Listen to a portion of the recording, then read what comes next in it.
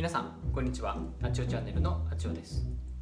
今日ちょっと残念ながらアレさんが不在なので私一人なんですが、アレさんがね愛してやまないこのダンテさんをお招きしてアレさんがねいるように動画を撮っていきたいと思います。今日お話しする内容なんですが、YouTube を始めた頃から3つくらい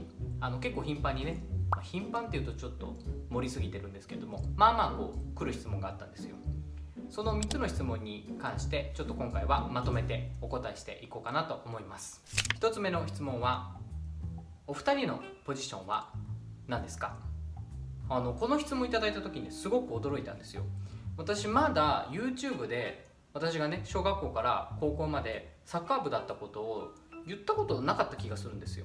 なんですが結構ね多くの方が知ってくださっていて、なんかどっかで言ったかなと思ったんですよ。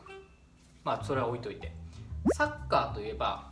上はねフォワード、攻めのフォワードからミッドフィルダー、ディフェンダー、そして守護神のゴールキーパーがいるわけじゃないですか。私がどこに属してたかというと、実はですね私はベンチに属してました。私は万年ベンチというか、ベンチにもね入れるかな入れないかなくらいのレベルだったので、毎回ボール拾いとかね水汲みをやってたわけなんですよ。なので具体的にどのポジションって言われても私は特にポジションがありません。で、アレさんも運動音痴で、もうサッカーのねサの字もやったことない、もうボールもね蹴ったことないくらい彼はね球技をやったことがないので、多分ね彼もねサッカーのポジション特にないと思います。2つ目の質問は、ベッドでのポジションは何ですかという質問なんですが、ちょっと夏と冬でベッドのポジションというのが変わってくるんですよ。ちょっとお見せしますね。はい、ちょっとね夏はこの部屋がすごく暑いのでこのベッドは使ってないんですけど、冬はだいたいこれ使って寝てて、こっち向きに寝てます。はい、でこっちの方向で寝てるってさっきお伝えしたんですけど、さっきコンパスで調べたんですよ、方位を。もちろんコンパス持ってないので iPhone のコンパスですけど、そうするとね183度南が出たので、こっちの方向は南方向ですね。なので私たちの冬と春のベッドのポジション、寝てるポジションは南方向になります。こっちポジションです。ちょっとリアル感出したくて寝る前に撮影してます。こっち方向さっきコンパスで調べたら284度西だったんですよ。なので通常私たちは今日ちょっとあれいないんですけども、こっち方向のね西の284のポジション方向に向いて寝てます。3つ目は、男役ですか女役ですか？この質問に関してなんですけれども、私たち2人あんまり宝塚歌劇団について詳しくないんですよ。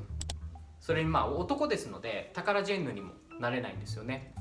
まだタカラジェンヌになった経験もないですし、宝塚歌劇団のね入学経験もないので、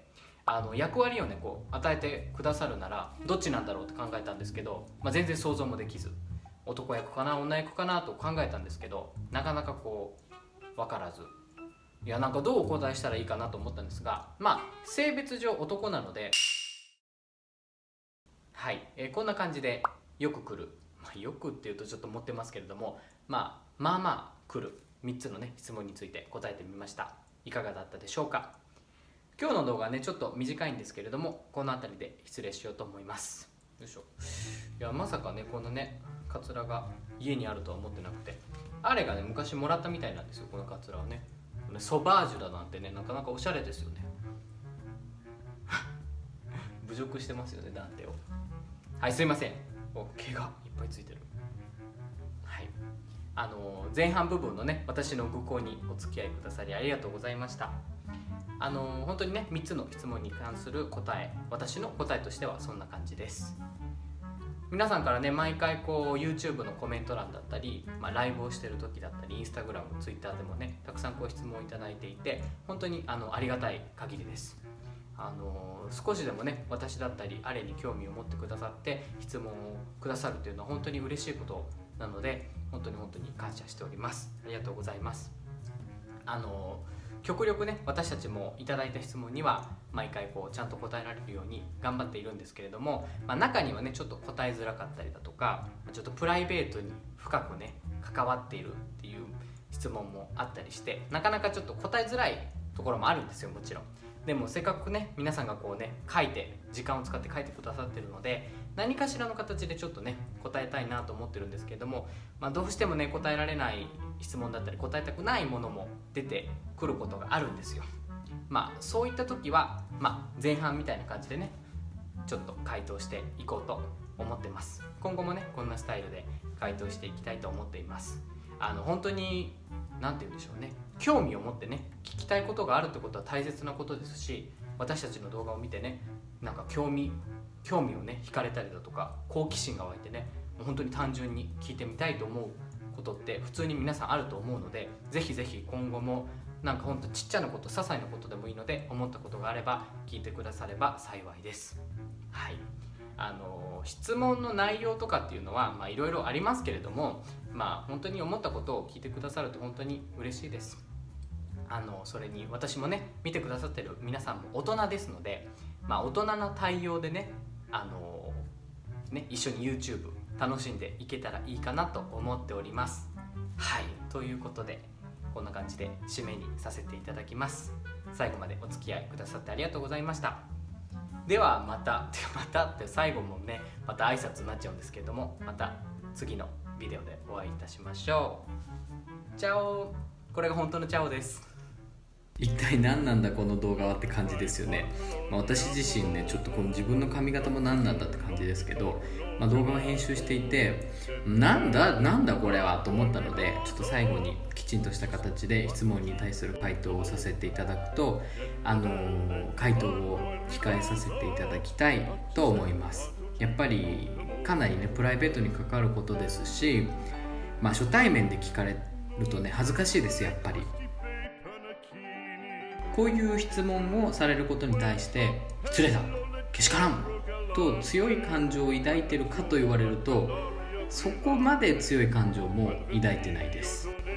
はい先生、そういう質問は LGBTQ の人たちに対する配慮が欠けてるんじゃないでしょうかという意見もありますよね。個人的には LGBTQ とはいえ受け取り方は個々人によって変わってくると思います。私のように冗談で受け流す人、全く気にしない人、